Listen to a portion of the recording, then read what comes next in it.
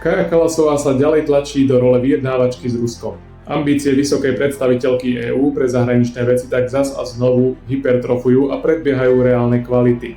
Asi pozabudla na to, že jej sen o porážke Ruska ju dostatočne diskvalifikuje z tak náročnej úlohy, kde sa vyžaduje takt, trpezlivosť, schopnosť vyjednať čo najviac a hľadanie kompromisu.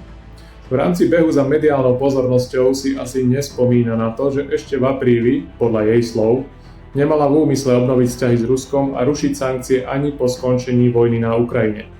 A to nie je všetko. Všetci si pamätáme, ako madam počas návštevy v Číne preukázala hrubú neznalosť a ignorovala všetky diplomatické normy. Ako ju americký minister zahraničia Marco Rubio otočil na letisku s tým, že na ňu nemá čas.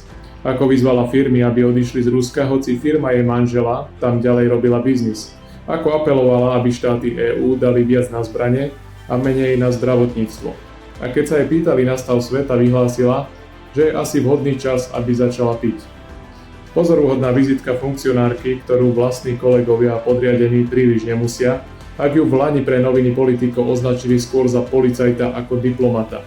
Podľa nich začína a končí svoj deň Ruskom, čo ju oslepuje voči širšej realite a čím poškodzuje dôveryhodnosť Európy. Viacerí významní ľudia sa tak čudujú, ako mohla jedna z kolísok svetovej civilizácie, Európa, ktorá vynašla modernú diplomáciu a je založená na mierovom princípe, prejsť do rúk takýchto osôb.